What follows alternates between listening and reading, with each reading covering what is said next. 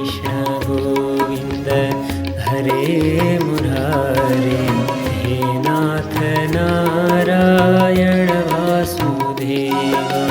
श्रीकृष्ण गोविन्द हरे मुरारे, हे नाथ नारायण वासुदेव।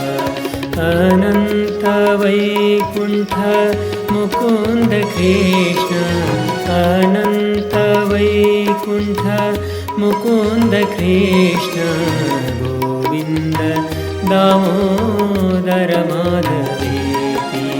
श्रीकृष्ण गोविंद हरे मुरारे, हे नाथ नारायण वासुदेव, हे नाथ नारायण वासुदेव, हे नाथ नारायण वासुदेव।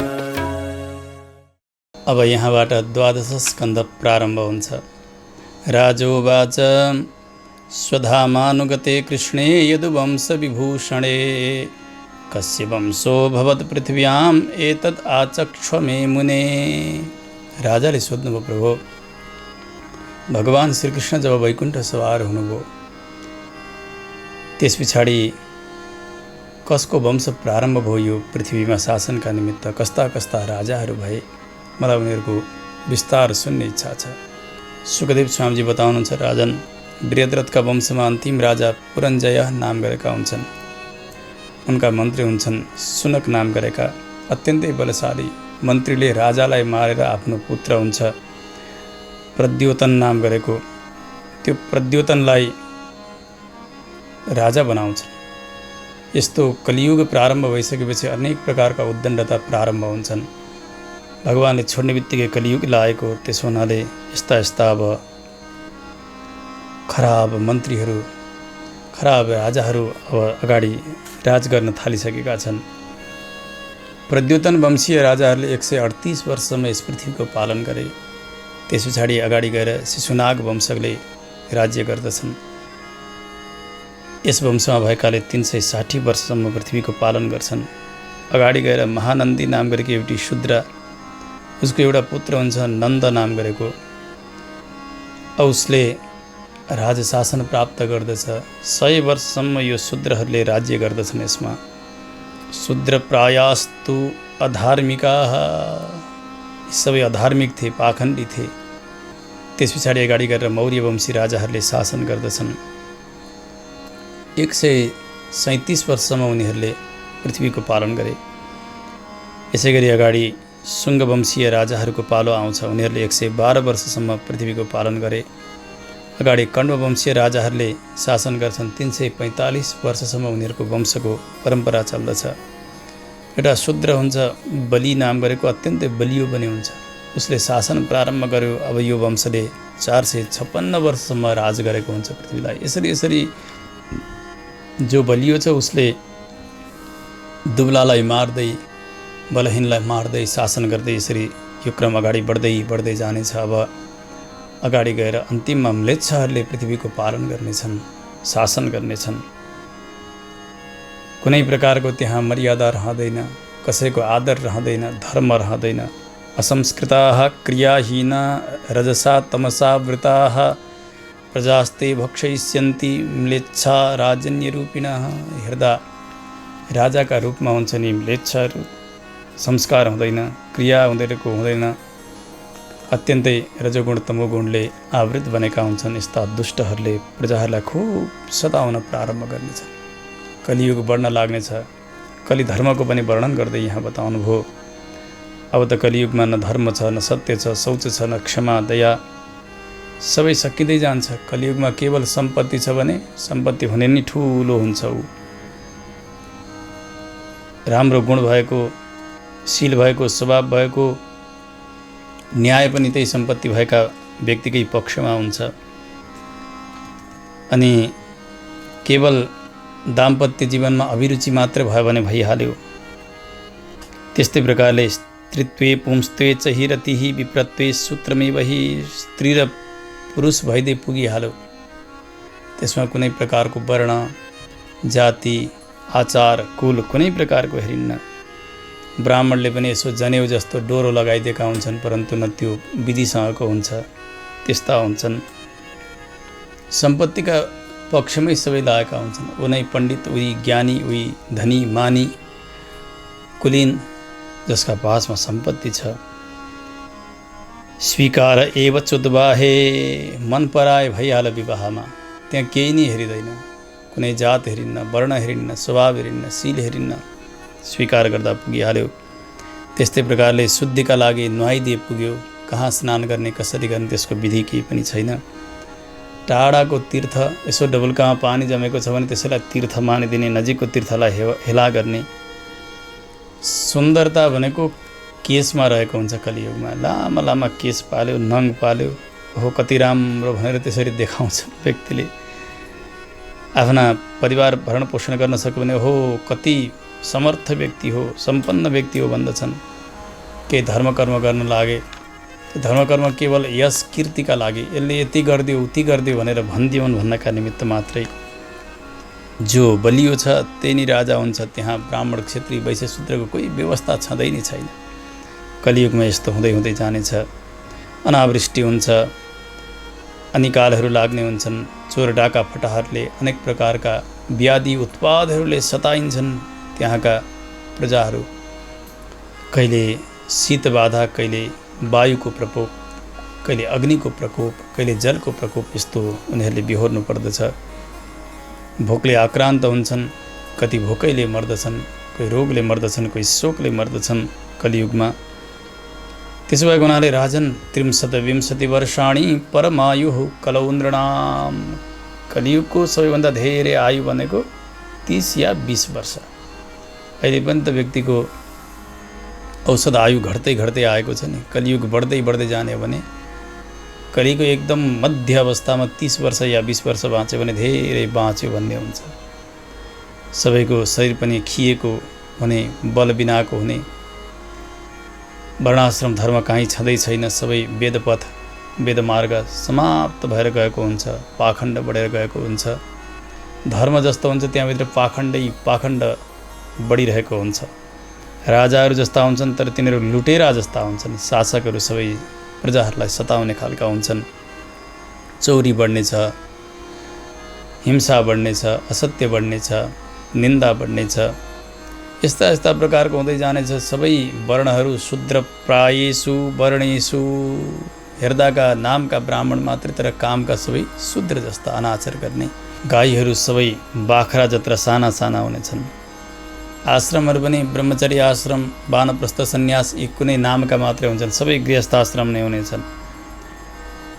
यी बन्धु बान्धव हाड नाताभित्र यौन सम्पर्क हुनेछ। यस्तो दुराचार बढ्दै बढ्दै जानेछ। सबै औषधिको शक्ति सकिँदै जानेछ। सर्वत्र अमङ्गलै अमङ्गल भयो। अन्यत्र बताइन्छ 7 वर्ष कि 8 वर्ष कि बालिका रजवती हुनेछिन्। साना साना खोर्सानीका बुटामा चढ्नका लागि पनि भर्याङ लगाउनु पर्ने त्यस्ता मनुष्य हुनेछन् भनेर अन्यत्र कलि धर्म वर्णन आउँछ। यस्तो जो उद्दण्डता बढ्न लाग्यो, अधर्म बढ्न लाग्यो। चराचर जगतका गुरु भगवान् नारायण अखिल लोकका रक्षाका लागि, भगवान् धर्मका रक्षाका निमित्त, सन्तहरूको रक्षाका निमित्त अवतार ग्रहण गर्ने इच्छा गरिबक्सनेछ। सम्बल ग्राम मुख्यस्य ब्राह्मणस्य महात्मनः भवने विष्णु यशसः कल्की प्रादुर्भविष्यति। कल्की अवतार कहाँ हुन्छ त्यसको सङ्केत पनि गरिदिनु भयो सुखदेव स्वामीले। सम्बल नाम गरेका गाउँका मुख्य ब्राह्मण हुनुहुन्छ महात्मा विष्णु यश उहाँको नाम हो। उहाँका पुत्रका रूपले भगवान् कल्कीको अवतार हुनेछ। अत्यन्तै वायुवेगद्वारा चल्ने एउटा घोडामा चढेर भगवान् कल्की हातमा खड्ग लिएर ती दुष्टहरूलाई सबैलाई पृथ्वीमा घुमी घुमी सबलाई समाप्त पार्दै पार्दै जानुहुनेछ। कति कतिलाई आफ्ना श्री विग्रहमा भएका पिताम्बरकै लपेटाले सकिदिनुहुन्छ। करोडौँ करोडौँ दुष्टहरू समाप्त भए भगवानका श्री विग्रहबाट आएको सुगन्धले सर्वत्र लोक मङ्गलित हुनेछ। सबै प्रसन्न हुनेछन्। अब जति पनि सन्तहरू हुन्छन् भगवानको अवतार भएदेखि सबैलाई आनन्द मिल्नेछ। भगवानमा प्रेम बढ्दै जानेछ सबैको।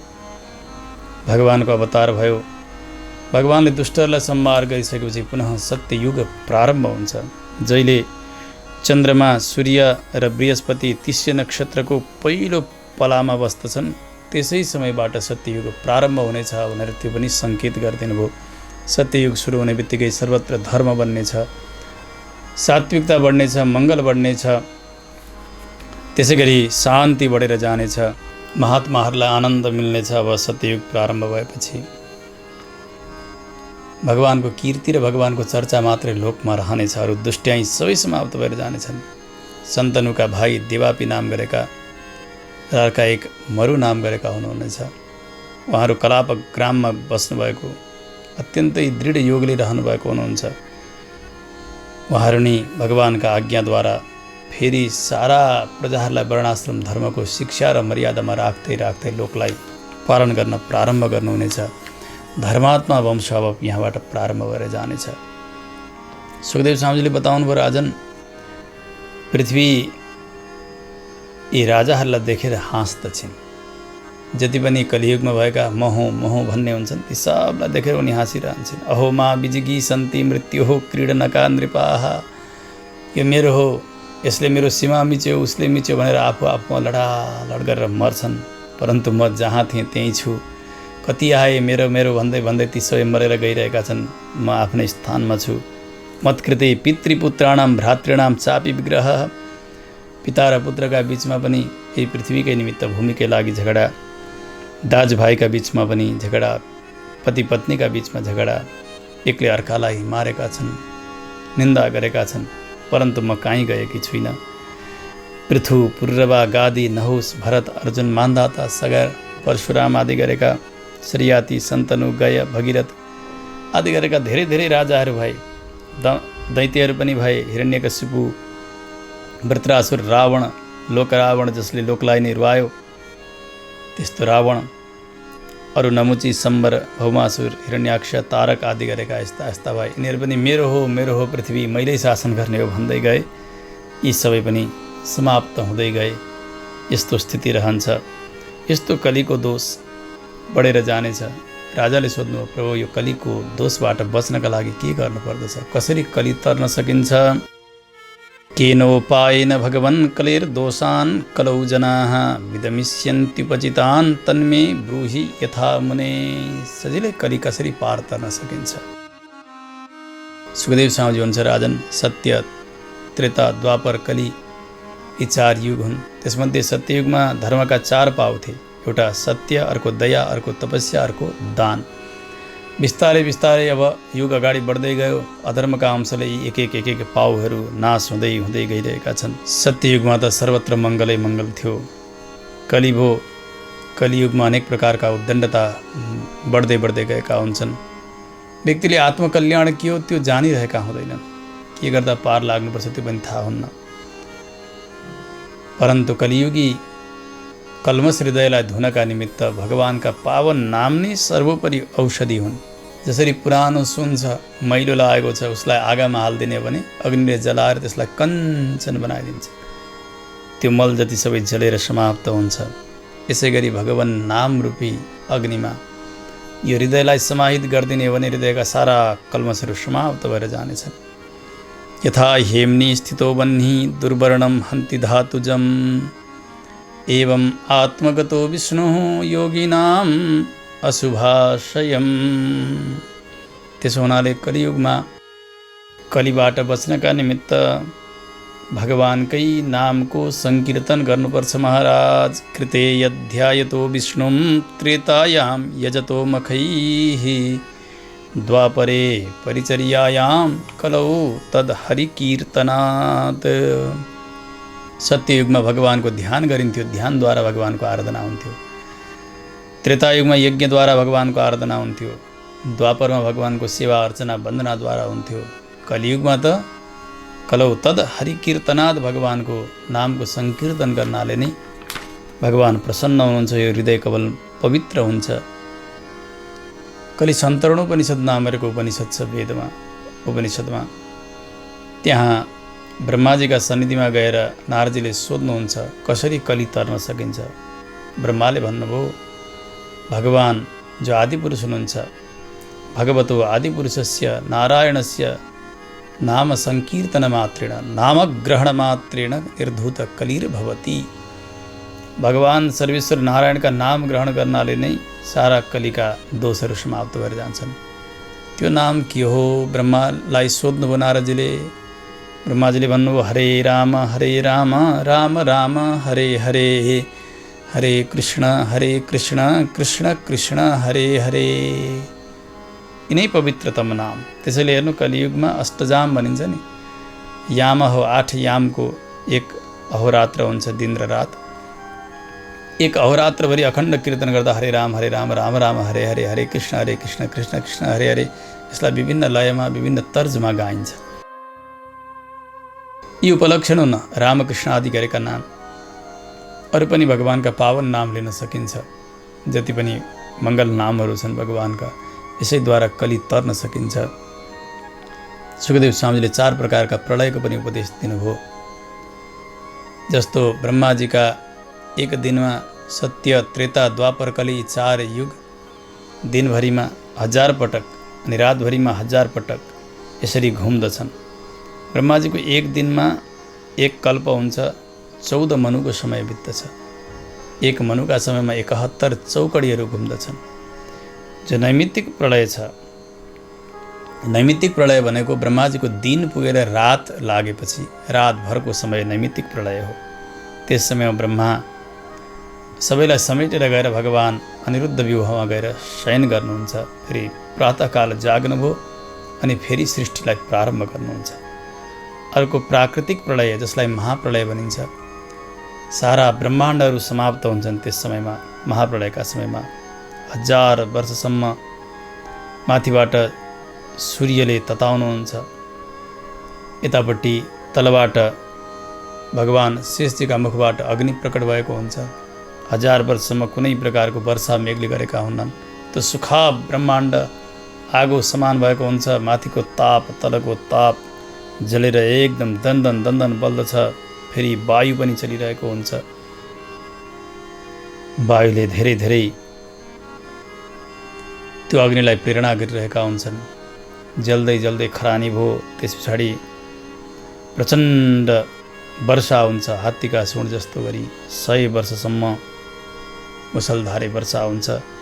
ती सबै कणहरू समाप्त हुँदै हुँदै जान्छन्। पृथ्वीमा भएको गन्धकुण्डलाई जलले लिएर गए। जलले तान्दिसकेपछि त्यो पृथ्वी जलमा मिल्दछ। त्यसै गरी जलमा भएको रसगुण, त्यो रसगुणलाई तेजले खिचिसकेपछि त्यो जल नै तेजमा मिल्ने। त्यसै गरी तेज रूप हुँदै वायुमा मिल्ने, वायु स्पर्श हुँदै आकाशमा मिल्ने, आकाश शब्द हुँदै हुँदै त्यो गएर तामस अहङ्कारमा मिल्ने। त्यसै गरी इन्द्रियहरू राजस अहङ्कारमा मिल्ने, इन्द्रियका अधिष्ठात्री देवता सात्विक अहङ्कारमा मिल्ने। अनि अहङ्कार महत्तत्व 3 गुणमा गएर मिल्ने, 3 गुण अव्यक्तमा मिल्ने, त्यो अव्यक्त परमात्मामा मिल्ने। जुन प्रलयको क्रम अगाडि पनि बताइयो, सृष्टिमा जसरी आरोहको क्रम हुन्छ, अवरोहका क्रमले प्रलय हुन्छ। यसलाई भनिन्छ महाप्रलय अथवा प्राकृत प्रलय। यस्तै प्रकारको अर्को प्रलय हुन्छ आत्यन्तिक प्रलय। आत्यन्तिक प्रलय भनेको यो संसारको सम्बन्ध सदाका लागि छुट्यो, मोक्ष पदमा प्राप्त भयो, भगवत सन्निधिमा पुग्यो जीव भने त्यसलाई भनिन्छ आत्यन्तिक प्रलय। यदैवमेतेन विवेकहेतिना मायामयाहङ्करणात्मबन्धनं छित्त्वा च्युतात्मानुभवोऽवतिष्ठते तमाहु आत्यन्तिकमङ्गसम्प्लवम्। यहाँ रहँदा पनि आत्मा परमात्माको विवेक भयो, शरीर आत्माको विवेक भयो। भगवानको भजन गरे, अन्तिम अर्चिरादि गतिद्वारा गए, भगवत धाममा पुगेका छन् भने उनको पनि एउटा एक प्रकारको संसारको प्रलय मानिन्छ। त्यो प्रलय हो आत्यन्तिक प्रलय। अब फेरि कहिले संसारमा आउनै पर्दैन। एउटा अर्को नित्य प्रलय हुन्छ। ब्रह्मादेखि कीट पतङ्गसम्म सबै प्रत्येक दिन उनीहरूको मरण बनिरहेको हुन्छ, मृत्युका नजिक गइरहेका हुन्छन्। दिनले कटिरहेको हुन्छ आयु। प्रत्येक दिन रात हुँदै हुँदै जाने यो समय छ, यसलाई भनिन्छ नित्य प्रलय। सबै यहाँ ब्रह्मादेखि भुसुनासम्म सबैको यो नित्य प्रलय हुन्छ, यसलाई पनि जान्नु पर्दछ। यस प्रकारका प्रलयलाई पनि बताउनु हो। सुखदेव स्वामीले भन्नुभयो, राजन अहिले तपाईँलाई मैले सबै बताइसकेको छु। यस श्रीमद् भागवत महापुराणमा भगवान जो विश्वका अन्तर्यामी हुनुहुन्छ, सबैका कष्टलाई हरण गरिदिने त्यस्ता प्रभुको चर्चा भएको छ। जुन भगवान नारायणका प्रसन्नताबाट ब्रह्माको सृष्टि भयो, नाभिबाट कमल, कमलबाट माथि र क्रोधबाट भगवान शङ्करको सृष्टि भयो, त्यस्तो सात्वत शास्त्रलाई तपाईँलाई मैले सुनाएँ। अत्रानुवर्ण्यते भीक्ष्णं विश्वात्मा भगवान हरिः यस्य प्रसादजो ब्रह्मा रुद्रः क्रोधः समुद्भवः। राजन, तपाईँले आद्योपान्त यस ग्रन्थलाई श्रवण गर्नुभयो। अब म मर्छु भन्ने यस प्रकारको अज्ञान बुद्धिलाई छोडिदिनुहोस्। तपाईँ न कहिल्यै जन्मनु भएको थियो, न कहिल्यै मर्नुहुन्छ। यो आत्मा न कहिल्यै जन्मन्छ, न कहिल्यै मर्दछ। न जायते म्रियते वा कदाचित्, न जातः प्रागभूतोद्य देहवत्वं न नङ्क्षसि। शरीरमा रहेको छ, तर यो आत्मा कहिल्यै मर्नेवाला होइन। राजन, जस्ता प्रकारले स्वप्नमा शिर छेदन गरेको देखियो, डराइरहेको हुन्छ, बिउजिँदाखेरि त्यो डर हट्दछ। त्यसै गरी अज्ञान हुन्जेलसम्म म मर्छु मर्छु मर्छु भन्ने डर हुन्छ। जब व्यक्ति ज्ञानमा आउँछ, जाग्दछ, त्यसबेला उसलाई मृत्युसँग कति पनि भय हुँदैन। जुन परमात्माको स्वरूपलाई मैले बताएको छु, अन्तर्यामी भगवान सर्वेश्वर नारायण, त्यस्ता भगवानलाई साक्षात्कार गर्नुहोस्। चित्त भगवानमा लगाउनुहोस्। भगवत ध्यान गर्दै गर्दै यो शरीरलाई बिर्सिदिनुहोस्। तपाईँको उत्तम गति हुनेछ। बुद्ध्यानुमान गर्भिण्या वासुदेवानुचिन्तया। सुखदेव स्वामीजीले सम्झाउँदै जानुभयो। अब ब्राह्मणले शाप दिएर आएको जो तक्षक हुन्छ, उहाँका शापद्वारा प्रेरित भएर आएको, त्यसले पनि केही नै गर्न सक्ने छैन। अब तपाईँको प्रायः मृत प्राय बनिसकेको यो शरीरलाई मात्र डस्नेछ। तपाईँले भगवत धामलाई प्राप्त गर्नुहुनेछ। अरू केही सुन्ने इच्छा छ भने भन्नुहोस्। किम भूय श्रोतुमिच्छसि। सुखदेव स्वामीजीले अन्तिम उपदेश गर्नुभयो। राजर्षि परीक्षितजीका आँखाभरि आँसु छन्, हृदय गदगद भएर आएको छ। उहाँले भन्नुभयो, प्रभो सिद्धोस्म्यनुगृहीतोस्मि भवता करुणात्मना श्रावितो यच्च मे साक्षात् अनादि निधनो हरिः। म सिद्ध भएको छु, हजुरद्वारा अनुगृहीत भएँ। अत्यन्तै करुणाशील हुनुहुन्छ नि हजुर। हजुर जस्ता सन्तका कारणले गर्दा हजुरका वाणीबाट मैले अनादि निधन जगतका कारण भगवान सर्वेश्वरलाई जान्न पाएँ, सुन्न पाएँ। यो कोही आश्चर्यको कुरा होइन। हजुर जस्ता भगवत भक्तका लागि, हामी जस्ता अज्ञ संसारका तापले तप्त भएका सबैलाई अनुग्रह गर्ने नि हजुरहरूको शील हुन्छ। आज त्यही नै कृपा हजुरले गरिबक्स्यो।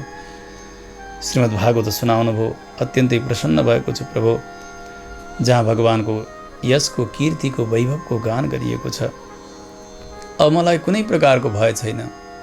तक्षक आओस्, अरू कुनै सर्पहरू आउन्, कुनै प्रकारको मृत्युबाट मलाई डर छैन। प्रविष्टो ब्रह्म निर्वाणम अभयम दर्शितम त्वया। हजुरले अभय भनेको के हो त्यो कुरा देखाइदिइसक्नु भएको छ। त्यस कारणले मलाई कुनै प्रकारको डर छैन। अब यति कृपा गरिबक्सियोस् प्रभु। अब मेरा वाणीले संसारका कुनै प्रकारका चर्चा नगरून्। यो मन भगवानलाई सम्झँदै गरोस्। भगवानको चिन्तन गर्दा गर्दै मेरा प्राण जाउन्। यति कृपा हजुरले गरिबक्सियोस्। आचार्य प्रसन्न हुनुभयो, गुरुदेव प्रसन्न हुनुभयो र यो आशीर्वाद प्रदान भयो भने अवश्य पनि यो मृत्यु उत्तम बन्न सक्दछ। प्रभु कृपा गरिबक्सियोस्।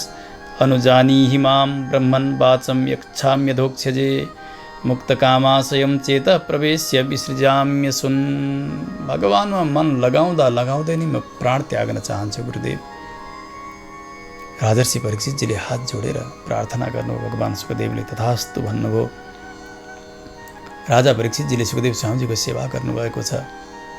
अरू सारा मुनिहरूले जो हुनुहुन्थ्यो, सिद्ध महापुरुषहरू हुनुहुन्थ्यो, उहाँहरू सबैले सेवा गर्नुभयो सुखदेव स्वामीजीको। जसरी आउनुभएको थियो उसै गरी सुखदेव स्वामीजी राजालाई आशीर्वाद दिएर त्यहाँबाट प्रस्थान गर्नुभयो। यता महाराज परीक्षितजी मन भगवानमा लगाउनु भएको छ। गङ्गाजीका पूर्व तटमा बस्नुभएको छ, कुशका आसनमा। कुश पूर्व फर्काएर आसन लगाउनु भएको छ, आफू भने उत्तर फर्केर बस्नुभएको छ। ध्यानस्थ हुन्थ्यो समाधिमा। त्यस समय तक्षक नाग आयो। मार्गमा कश्यप ऋषिसँग भेट भयो। एक बटको वृक्षका फेदमा बसेका बेलामा त्यस समयमा तक्षकले कश्यप ऋषिलाई सोद्धछन्, कहाँ जाँदै हुनुहुन्छ? कश्यपले भन्नुभयो, परीक्षितजीलाई एउटा नागले डस्छ अरे, तक्षक नाग गरेको नाम गरेको नागले। उनलाई डस्ने बित्तिकै म फेरि उनलाई बचाउनका निमित्त हिँडेको, मसँग त्यस्तो विद्या छ। तक्षक पनि ब्राह्मणका वेशमा आएको थियो। उसले भन्यो, तक्षक भनेको त मै हुँ, तपाईँसँग के त्यस्तो शक्ति छ? ऋषिले भन्नुभयो, मसँग शक्ति छ। त्यसो भए म यो वृक्षलाई डसेर जलाउँछु, तपाईँले फेरि बचाउन सक्नुहुन्छ? ऋषिले भन्नुभयो, म सक्छु। तक्षकनाग आफ्नो स्वरूपमा आयो, विशाल फैलिएको वटवृक्षलाई डस्यो, तत्कालै त्यो खरानी भएर ढेर भएर यसरी थुप्रियो। कश्यप ऋषिले फेरि आफ्नो विद्या प्रयोग गर्नुभयो। एकाएक त्यहाँ जलाभिषेक गर्नुभएको त हेर्दा हेर्दै त्यहाँ एउटा वरको बिरुवा अङ्कुरित भयो। हेर्दा हेर्दै बढ्दै बढ्दै गयो। जति हाँगा थिए, जति पात, जहाँ जहाँ जुन जुन चराहरूले गुण लगाएका थिए, जति सङ्ख्यामा थिए, जस्तो स्थितिको थियो त्यस्तै भन्यो त्यो पलभरमा त्यो वृक्ष। तक्षक त डरायो, ओहो ऋषिसँग त निकै शक्ति रहेछ, अब के गर्ने होला? ऋषिलाई भने उसले, तपाईँलाई के दिनुहुन्छ राजाले र तपाईँ यो काम गर्नुहुन्छ? राजाले धेरै सम्पत्ति दिनुहुन्छ, मैले बचाउन सकेँ भने। तपाईँलाई सम्पत्ति चाहिएको होइन? हो। राजाका मायाले त होइन नि? होइन। त्यसो भए यो मडी लिनुहोस्। एउटा मडी थियो तक्षकनागको, त्यो मडी ऋषिका हातमा दिनुभयो। ब्राह्मण कश्यप ऋषि लोभी त्यही मडीमा मुग्ध भएर त्यहाँबाट फर्केर जानुहुन्छ। भगवानको सङ्कल्प थियो यो। यतातिर तक्षकनाग गयो, एउटा ब्राह्मणको वेश बनाएर गएको छ। परीक्षितजी समाधिमा हुनुहुन्छ, प्रायः शरीर छोडिसक्नु भएको छ। यो आत्मा परमात्माको चिन्तन गर्दा गर्दै प्रायः मुक्त बनिसकेको छ। त्यस्तो स्थितिमा गएर जडतुल्य भएका शरीरमा डस्यो। डस्दा तत्कालै परीक्षितजीको शरीर खरानी भयो। यतातिर दिव्य देहका साथ वैकुण्ठको यात्रा गर्नुहुन्छ महाराज परीक्षितजी। हाहाकार हुन लाग्यो। हेर्ने सबै चकित भइरहेका छन्। माथिबाट देवताहरूले मङ्गल बाजाहरू बजाए, गन्धर्वहरूले गान गर्दछन्, अप्सराहरू नृत्य गर्दछन्, पुष्पको वृष्टि गर्न लागे। महाराज परीक्षितजीको मोक्षको समयमा बब्रिसुहु पुष्पवर्षाणी विबुधा साधुवादिनः, जय होस् भने जयकार लगाइरहेका छन्। सबै त सम्पन्न भयो, परन्तु परीक्षितजीका पुत्र जनमेजय राजा हुनुहुन्थ्यो। उहाँले सुन्नुभयो तक्षकले आएर डस्यो, मेरा पिताजीको शरीर जल्यो, यो तक्षकलाई मार्नका निमित्त म यज्ञ गर्नु पर्यो भनेर सर्पयज्ञ प्रारम्भ गराउनुभयो ब्राह्मणद्वारा। सर्वयज्ञ सुरु भयो। जति पनि निर्दोष सर्पहरू थिए सबै अग्निकुण्डमा आउँदै होमिँदै जल्दै समाप्त हुँदै हुँदै गए। यता तक्षक डरायो, गएर इन्द्रका आसनमा पुग्छ, गएर इन्द्रका सिंहासनलाई लपेटेर बसेको छ। महाराज रक्षा गर्नुहोस्। कति गर्दा पनि यो तक्षक आएन। राजा जन्मेजयले सोध्नुभयो ऋत्विजहरूलाई, के भयो, कहाँ गयो तक्षक? तक्षक आएको छैन नि। ब्राह्मणहरूले भनिदिए, इन्द्रका आसनमा गएर बसेको छ। इन्द्रको आसन सहित तक्षकलाई बोलाएर हवन गर्ने मन्त्र तपाईँहरूसँग छैन? हवन गरिदिनुहोस्। महाराज हजुरको आज्ञा हुन्छ भने हाम्रो त्यस्तो मन्त्र पनि बोल्दछौँ। अब त हेर्नु, राजाका आज्ञाले इन्द्रसहित तक्षकलाई आवाहन गर्ने मन्त्र बोलेर हवन गरिदिए ब्राह्मणहरूले। तच्छ्रुत्वा जुहुर्विप्रा सहेन्द्रम तक्षकं मखे, तक्षकासु पतस्वेह सहेन्द्रेण मरुत्वता, इन्द्रेण सह तक्षक आसु पतस्व, इन्द्र सहित तक्षक चाँडै आएर यो अग्निकुण्डमा परोस्। माथिबाट इन्द्रको आसन सहित तक्षक स्वर्गबाट गिर्दैछ, झर्दैछ। देख्नुभयो बृहस्पतिजीले, हो हेर यदि धर्मात्मा राजाका पुत्र आज जन्मेजय यस्तो अनर्थ गरिरहेका छन्। आएर भन्नु, महाराज तपाईँले के गर्नुभएको? यो सबै जगत प्रारब्धका अधीनमा, तपाईँका पिताको प्रारब्ध यति नै थियो। तक्षकले केही गरेको होइन, ब्राह्मणको शापलाई उसले सार्थक बनाएको मात्र हो। त्यसकारण निर्दोष तक्षकलाई नमार्नुहोस्। इन्द्रले पनि केही गरिदिएका छैनन्, छोड्नुहोस्, यो यज्ञलाई बन्द गर्नुहोस्। तत्काल यज्ञ स्थगित गराइदिनु भयो। तक्षकको प्राण बचेको छ। बृहस्पतिले भन्नुभयो, यो अहङ्कार छोडिदिनुहोस्, सबै प्रारब्धका अधीनमा छन्। भगवान जे चाहनुहुन्छ त्यही नै पूर्ण हुन्छ। यो जगत भगवानको एउटा खेलौना समान हो। राजा जन्मेजय अत्यन्तै शान्त हुनुभयो। अब राज्यको पालन गर्न प्रारम्भ गर्नुभएको छ। शौनकले सोध्नुभयो सुतजीलाई, प्रभु वेदको कसरी विभाग भयो, व्यासजीले कसरी गर्नुभयो, कति शाखाहरू भयो, मलाई सुन्ने इच्छा छ। सुतजीले बताउनुभयो, हे ऋषियो सुन्नुहोस्, ब्रह्माजीका तपस्याका समयमा हृदयबाट एउटा अनाहत नाद प्रकट हुन्छ। त्यो ओङ्कारका रूपले कण्ठम भित्वा विनिर्यातौ शास्त्रमा बताइएको छ। ओमकार र अथ यी शब्द ब्रह्माजीका कण्ठलाई भेदन गरेर बाहिर निस्केका हुन्। प्रणव। त्यसै गरी अगाडि गएर अज वर्ण र हल वर्णहरू प्रकट भए। 4 वेदहरू पनि समष्टिमा प्रकट भएका थिए। पहिले त्यसलाई विभाग गर्नुभयो व्यासजीले। मरीचि आदिकारीहरूलाई प्रदान गर्नुभएको त्यो परम्पराद्वारा द्वापर युगमा पराशर ऋषिका पुत्र व्यासमा आएको हो। पहिले त एकै रूपमा वेद, तर यो परम्पराद्वारा व्यासजीमा आइसकेपछि व्यासजीले सबैको कल्याणका निमित्त 4 शिष्यलाई 4 विभाग गरेर पढाउनुभयो। ऋग, यजु, साम, अथर्व भए। ऋग्वेद पहिले नाम गरेका शिष्यलाई पढाउनुहुन्छ। यजुर्वेद वैशम्पायनलाई, सामवेद जैमिनीलाई, अथर्ववेद सुमन्तुलाई। उनीहरूले पनि केही अंश लिएर शिष्यहरूलाई पढाउँदै गए। शिष्य प्रशिष्य तशिष्य हुँदा हुँदै वेदमा अनेक शाखाहरू भए। वैशम्पायनका शिष्यहरू थिए चरकाध्वर्युः नाम गरेका धेरै याज्ञिकहरू। एक समय वैशम्पायनलाई ब्रह्महत्याजन्य एक अपराध लाग्यो। त्यो पापबाट मुक्ति हुनका निमित्त गुरुले आज्ञा दिनुभयो। यी चरकहरूले यज्ञ गर्न बसे। अनुष्ठान चलिरहेको छ। शिष्यहरूका थिए याज्ञवल्क्य। उनले आएर भने, गुरुदेव, यिनीहरू त कर्म त्यति जान्दैनन्, वेद पनि जानेका छैनन्। हजुरले आज्ञा दिनुहुन्छ भने मैले त्यस्तो हजुरको प्रायश्चित्त हुने यज्ञ गराउने छु। एक्लै चरिष्येऽहं सुदुश्चरम, आज्ञा पाऊँ। याज्ञवल्क्यले त्यसो भन्ने बित्तिकै ब्राह्मणहरूको अपमान सुन्न सक्नु भएन वैशम्पायनले। हेर कति अभिमानी, वेद पढेको एउटा ब्राह्मण यस्तो घमण्ड गर्दछ।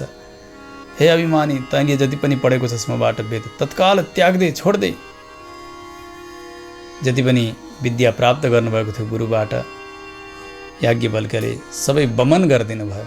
अब त्यो बमन गरेको चिज त्यहीँ छ। त्यहाँ भएका ऋषिहरू सबैले देखे, ओहो हेर यत्रो शास्त्र, यत्रो वेद यत्तिकै खेर जाने भयो भनेर अब यत्तिकै ग्रहण गरौँ, फेरि त्यो बमन गरेको फोहोर लिएको भन्ने दोष रहने भयो। तत्कालै ऋषिहरू सबै तित्तिरी नाम गरेका पक्षी भएर त्यसलाई लिनुभयो। त्यसबाट 33 शाखा बढेर गयो यजुर्वेदको।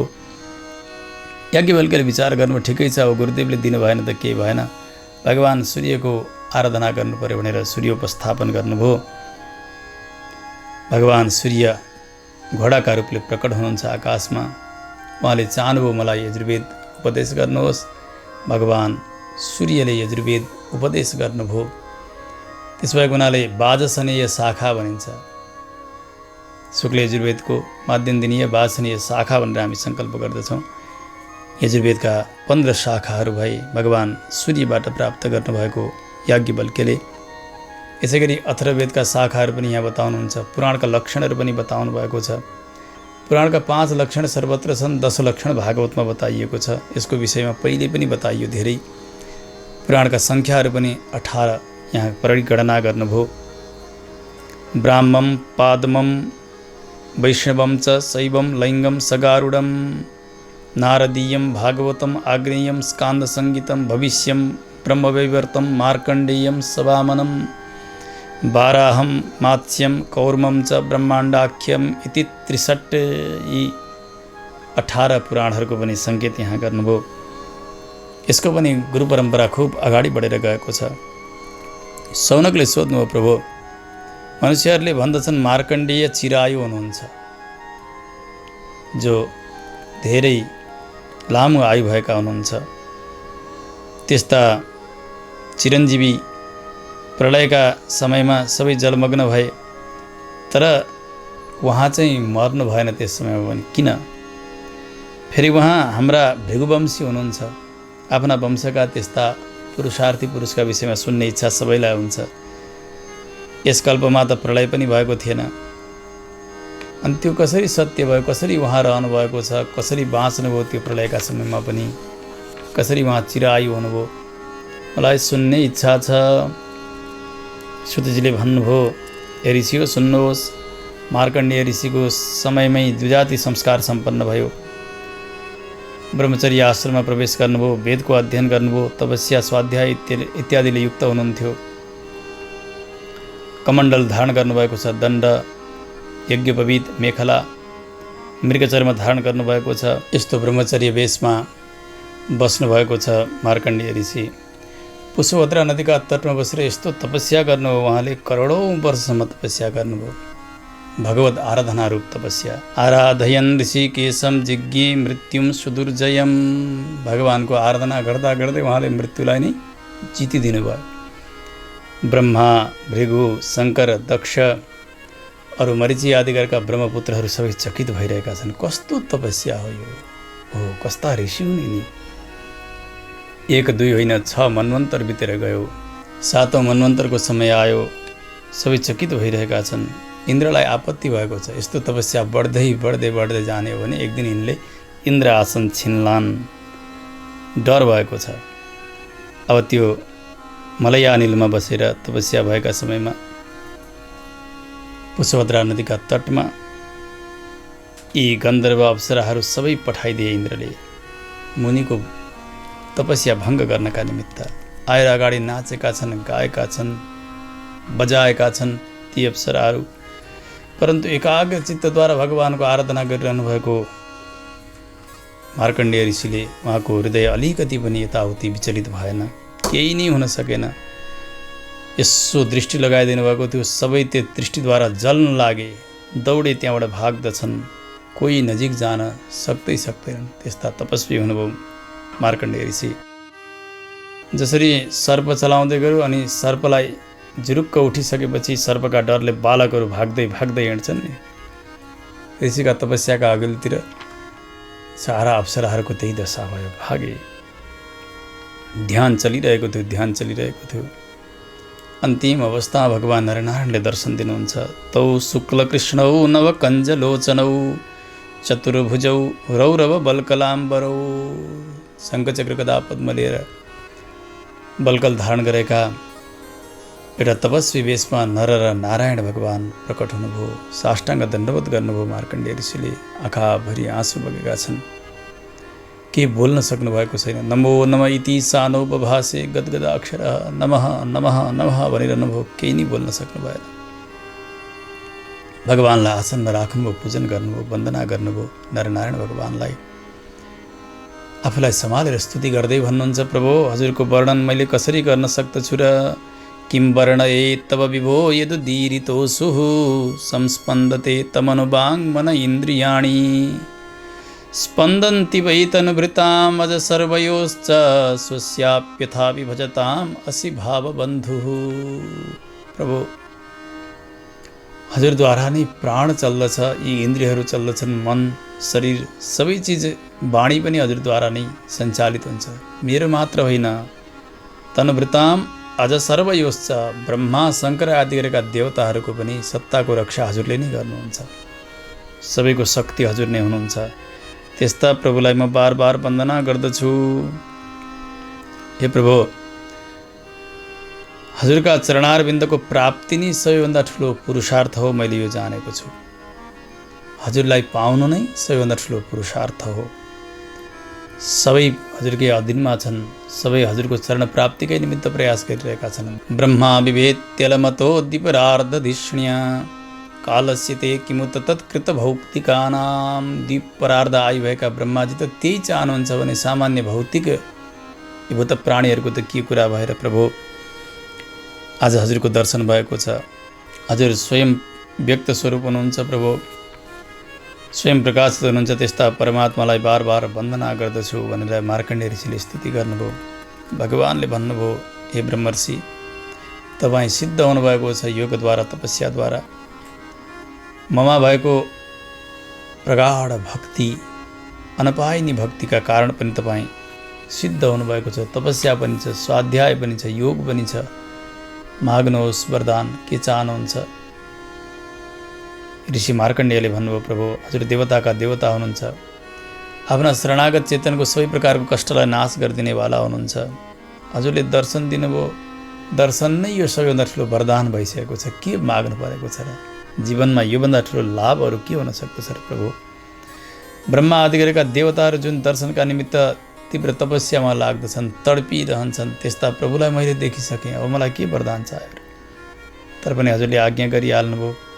हजुरको आज्ञालाई मैले पालन गर्नुपर्दछ। मलाई यस्तो वरदान दिइबक्सियोस्। हजुरकी मायालाई हेर्ने इच्छा छ। भगवान् तथास्तु भन्नुभयो। नरनारायण भगवान् त्यहाँबाट जानुहुन्छ। ऋषि आफ्नै आश्रममा हुनुहुन्छ, ध्यानमा मग्न हुनुहुन्थ्यो। एक दिन सन्ध्याको समय आयो, एकाएक प्रचण्ड हावा चल्न लाग्यो, बबन्डर चलेको छ, गड्याङ गुडुङ गर्यो, मेघले वर्षा गरेका छन्, असिना पानी वर्षा भएको छ। वर्षा हुँदा हुँदा हुँदा हुँदा पर्वतसहित पृथ्वी सारा डुब्न लागेकी छन्। केवल ऋषि एक्लै बस्नुभएको छ त्यहाँ। प्राण रक्षा गर्नका निमित्त यता दौडिनुहुन्छ, भोक लागेको छ, प्यास लागेको छ। त्यो पानीमा कहिले तल पुग्नुहुन्छ, कहिले त्यो भुमरीमा परेर फेरि माथि फ्याँकिदिन्छन्, फेरि यताउति, कहिले एउटा टापुमा, कहिले वटवृक्षमा, अनेक प्रकारले यताउति गरेर आफ्नो प्राणलाई रक्षा गर्न खोजिरहनु भएको छ। यसो हेर्नुभएको त एउटा टापु देखियो। टापुमा बरको ठुलो वृक्ष छ। त्यो बरका वृक्षमा एउटा पातमा अत्यन्तै सुन्दर बालक सुतिरहेका छन्। शयानं पर्णपुटके ग्रसन्तं प्रभया तमः। बालकका शरीरबाट अत्यन्तै प्रगाढ तेज आइरहेको छ, सर्वत्र उज्यालो भइरहेको छ। अति सुन्दर नासापुट, श्री विग्रह उस्तै ओहो पीताम्बर धारण गरेका यति सुन्दर बालकलाई देखेर नजिक जानुभयो मार्कण्डेय ऋषि। भगवान श्री बालमुकुन्द हुनुहुन्थ्यो। भगवान बालमुकुन्द बरका पातमा शयन गरेर आफ्ना हातले त्यो गोडाको बुढी औँलोलाई समाएर आफ्ना मुखमा लगाउनु भएको छ, चुस्दै हुनुहुन्छ। करारविन्देन पदारविन्दम मुखारविन्दे विनिवेशयन्तं बटस्य पत्रस्य पुटे शयानं बालं मुकुन्दं मनसा स्मरामि। चार्वाङ्गुलिभ्यां पाणिभ्यां उन्नीय चरणाम्बुजं मुखे निधाय। यही श्लोकको भाव त्यहाँ कविले बताउनु भएको हो। करारविन्देन पदारविन्दम। यहाँ भगवान आफ्ना बुढी औँलालाई गोडाका त्यसलाई आफ्ना मुखमा लगाएर आनन्दसँग त्यो पान गरिरहनु भएको छ। त्यस्ता बालमुकुन्दलाई देख्नुभयो मार्कण्डेय ऋषि। नजिक जानुभयो। जसरी श्वास फेर्दाखेरि साना कीटाणुहरू, मच्छर इत्यादि मुखभित्र पस्दछन्, भगवानले श्वास लिने बित्तिकै तत्कालै मार्कण्डेय ऋषि भगवानका श्री विग्रहभित्र प्रवेश गर्नुभयो मुखबाट। भित्र जाँदा त्यहाँ पनि अनेक उत्पात देख्नुहुन्छ, वन, त्यहाँ जलाशय, अनेक प्रकारका समुद्र, खेत, अनेक प्राणीहरू पनि छन्। सबै चिज त्यहाँ छन्। सारा विश्वलाई त्यहीँ देख्नुभएको छ। हेर्दै हेर्नुभयो। हिमालयं पुष्पवहां चतां नदीं निजाश्रमं तत्र ऋषि न पश्यत। त्यो हिमालय देख्नुभयो, पुष्पभद्रा नदी देख्नुभयो, आफ्नो आश्रम देख्नुभएको छ। ती सबै चिज देख्दै त्यहाँ एउटा बालक एउटा बरका पातमा शयन गरेका त्यस्ता बालकलाई देख्नुभयो। भगवानको दर्शन भयो। भित्र पनि भगवानका श्वासका साथ बाहिर आउनुभयो ऋषि। यसो हेर्नुहुन्छ, त्यो बरको वृक्ष छ, बालक त्यहीँ। सबै जल शान्त भइसकेको छ। भगवानलाई देखेर आलिङ्गन गर्नका निमित्त यसरी दौडनुभयो। भगवान तत्कालै अन्तर्धान हुनुभयो। त्यो वट वृक्ष पनि छैन, आश्रम पहिलेकै जस्तै छ, सबै जल शान्त भएको छ। चकित हुनुभयो, विचार गर्नुभयो, हो भगवानकी माया भनेकी त यिनै पो रहेछ। मैले हेर्न चाहेको त म के देखिरहेको थिएँ। सएवम् अनुभूयेदं नारायण विनिर्मितं वैभवं योगमायायाः तमेव शरणं ययौ। भगवानकै माया हुने यिनी भनेर भगवानलाई नि सम्झनुभयो हृदयले। मायापतिका चरणको शरणागति गर्नुहुन्छ। प्रभो प्रपन्नोऽस्म्यङ्घ्रिमूलन्ते प्रपन्ना भयदं हरे यन्मायापि विबुधा मुह्यन्ति ज्ञानकाशया। हजुरका चरणको शरणागति गरिरहेको छु हे प्रभु। प्रपन्नलाई अभय प्रदान गर्ने हे हरे। हजुरकी मायाले बढे त मोहित हुन्छन् भने म त एउटा सामान्य जीव हुँ। तपस्यामै लागिरहनु भएको थियो। एक समय भगवान शङ्कर भवानीजीका साथमा जाँदै हुनुहुन्थ्यो नन्दीमा चढेर।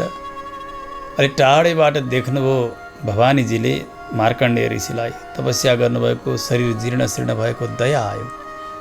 भगवान शङ्करसँग भन्नुभयो, प्रभु यी ऋषिको त यी ब्राह्मणको शरीर इन्द्रिय सबै शान्त भएका छन्, गलित भइसकेका छन्। तपस्या गरेर धेरै समय भयो, यिनलाई फल दिनुहोस्। भगवान शङ्करले भन्नु, देवी भगवानका भक्त केही पनि चाहँदैनन्। भगवान नारायणका अनन्य भक्तले संसार चाहँदैनन्, मोक्ष त चाहँदैनन्। तर पनि तिमीले भनिहाल्यौ, जाउँ न सोधौँ के भन्छन् कि ऋषिले। आखिरी परम लाभ भनेको यस्ता भगवत भक्त भगवानका अनन्य शरणागत चेतन त्यस्ता सन्तको दर्शन यो नै जीवनको सबैभन्दा ठुलो लाभ हो। तिमीले भन्यौ आज त्यस्ता सन्तको दर्शन गर्ने अवसर मिल्यो। अयम हि परमो लाभो नृणाम साधु समागमः। यसो भन्दै भन्दै भगवान् शङ्कर भवानीजीलाई साथमा लिएर पुग्नुहुन्छ। उहाँ ऋषि ध्यानमा मग्न हुनुहुन्थ्यो। बाहिर को आउनुभएको छ थाहा छैन। केही बेर भयो, अब अगाडि खडा भएको भए हुनुहुन्छ भगवान् शङ्कर। यसरी त ऋषिले दर्शन गर्ने भएनन् भनेर भगवान् शङ्कर सूक्ष्म रूपद्वारा ऋषिका हृदयमा प्रकट हुनुभयो। भित्र जानुभयो। कदाको शङ्खचक्र कदा पद्मधारीलाई सजाएर ध्यान गर्दै गरेका ऋषि एकाएक विचित्रका शङ्करजी कसरी आउनुभयो यहाँ। छटपटाउँदै आँखा खुले हेर्दाखेरि त भगवान् शङ्कर अगाडि हुनुहुन्छ। चरणमा वन्दना गर्नुभयो, प्रार्थना गर्नुभयो, सेवा गर्नुभयो। शङ्करजीले भन्नुभयो, ऋषि भवानीजीका प्रार्थना अनुसार म तपाईँलाई वरदान दिन आएको छु। वरदान माग्नुहोस्, के चाहनुहुन्छ तपाईँ? मलाई त यस्तो लाग्दछ तपाईँहरू जस्ता साधु, तपाईँ जस्ता सन्त क्षणभरमै सबैलाई पवित्र गराइदिनेवाला हुनुहुन्छ। तीर्थ छन् जलमय अथवा देवताहरू छन् माटाका शिलाका मूर्तिहरू बनेका छन्। त्यस्ता स्थानमा जाँदा धेरै समयसम्म जाँदा तीर्थयाटन गर्दा गर्दा व्यक्ति पवित्र होला। परन्तु हजुरहरू जस्ता सन्तको दर्शनले त तत्कालै पवित्र हुन्छ व्यक्ति। न ह्यम्मयानि तीर्थानि न देवा चेतनोज्झिताः ते पुनन्तिरुकालेन दर्शनात् एव साधवः। यहाँ बताउँछ युयम दर्शन मात्रतः। हजुरहरू जस्ता महापुरुषको दर्शन गर्नाले मात्रै व्यक्ति पवित्र हुन्छन्। माग्नुहोस्, के चाहनुहुन्छ? आज त्यो दर्शन मिल्यो, मलाई पनि लाभ मिलेको छ। मार्कण्डेय ऋषिले भन्नुभयो, प्रभु हजुरले वरदान माग भनेपछि मैले माग्नु पर्दछ। मलाई यस्तो वरदान दिइबक्स्योस् हजुरले। भगवती अच्युताम भक्तिम तत्परेषु तथा त्वयि। भगवान् नारायणमा कहिल्यै नहट्ने त्यस्तै प्रकारकी भक्ति हजुरले वरदान दिइबक्स्योस्। त्यसै गरी भगवानका भक्तमा पनि त्यस प्रकारको श्रद्धा बनिरहोस् र हजुर पनि भगवानका परम भक्त हुनुहुन्छ, परम वैष्णव हुनुहुन्छ। हजुरमा पनि मेरो निष्ठा बनिरहोस्। भगवान् शङ्कर तथास्तु भन्नुभयो। त्यहाँबाट आशीर्वाद दिनुभयो, तपाईँ कल्पसम्म पनि यस कीर्तिले युक्त भएर रहनुहुनेछ। अजरता अमरता तपाईँलाई प्राप्त हुनेछ। अजरता भनेको बुढ्याइ नहुने, अमरता भनेको मृत्यु नहुने, धेरै समयसम्म आयु पाउने यस्तो तपाईँ हुनुहुनेछ। ज्ञानी हुनुहुनेछ, पुराणका आचार्य हुनुहुनेछ। यस्तो आशीर्वाद प्रदान गरेर भगवान् शङ्कर त्यहाँबाट बिदा भएर जानुभयो भवानीजीलाई लिएर। ऋषि भक्तियुक्त भएर विचार गर्न लाग्नुहुन्छ जगतमा। अहिलेसम्म पनि मार्कण्डेय ऋषि रहँदै हुनुहुन्छ। अष्ट चिरञ्जीवीको परिगणना गर्दा मार्कण्डेय ऋषिको नाम आउँछ। सौनकले सोध्नुभयो, प्रभु 5 रात्र विधिलाई जान्नेवाला त्यस्ता भक्तहरूले भगवान् लक्ष्मीपति नारायणको आराधना कसरी गर्छन्? कुन तत्त्वहरूद्वारा भगवानका ती अङ्ग उपाङ्ग गरुड आदि गरेका यी पार्षदहरू आयुधहरूको चिन्तन कसरी गर्दछन्? त्यसको प्रक्रियालाई बताइदिबक्स्योस्। सुतजीले बताउनुभयो, ऋषि सुन्नुहोस्, भगवान् पुरुष हुनुहुन्छ। यो ब्रह्माण्डको रचना गर्नुभयो भगवान्। त्यसमा चेतन रूपले प्रकट हुनुहुन्छ, प्रवेश गर्नुहुन्छ। यो विराट स्वरूप भगवानको। यहाँ भएका एक तत्त्वहरू भगवानका एक आयुधहरू अङ्गहरू उपाङ्गहरूका सङ्केतहरू हुन् भनेर जान्नुहोस्। पृथ्वी भगवानका चरण हुनुहुन्छ। त्यसैगरी स्वर्ग भगवानको मस्तक, अन्तरिक्ष भगवानको नाभि, सूर्य भगवानका नेत्र, वायु भगवानको नाक, त्यसैगरी 10 दिशा भगवानका कानहरू, त्यसैगरी प्रजापति भगवानको लिङ्ग, मृत्यु बुधा, लोकपालहरू भगवानका हातहरू हुन्, चन्द्रमा भगवानको मन, त्यसैगरी यमराज आँखी भौँ, लज्जा भगवानको माथिको ओठ, लोभ तलको ओठ, त्यसैगरी कौस्तुभमणि आत्मज्योतिका रूपले, श्रीवत्स चिन्ह जीवात्माका प्रभाका रूपले, वनमालाका रूपले त्रिगुणी माया प्रकट भइरहेकी छन्। त्यसैगरी पीताम्बरका रूपले छन्दहरू, यज्ञोपवीतका रूपले प्रणव, त्यसैगरी बाणका रूपले इन्द्रियहरू। यस्ता प्रकारले भगवानका एक अङ्ग उपाङ्ग आयुधहरू यी सबैको रहस्यलाई पनि बताउनुभयो। सौनकले सोध्नुभयो, प्रभु हजुरले पञ्चम स्कन्धमा प्रत्येक महिनामा अनेक नाम लिएर 16 गण बढ्दछन् चल्दछन् भनेर हजुरले आज्ञा गर्नुभएको थियो, त्यो सुन्ने इच्छा छ।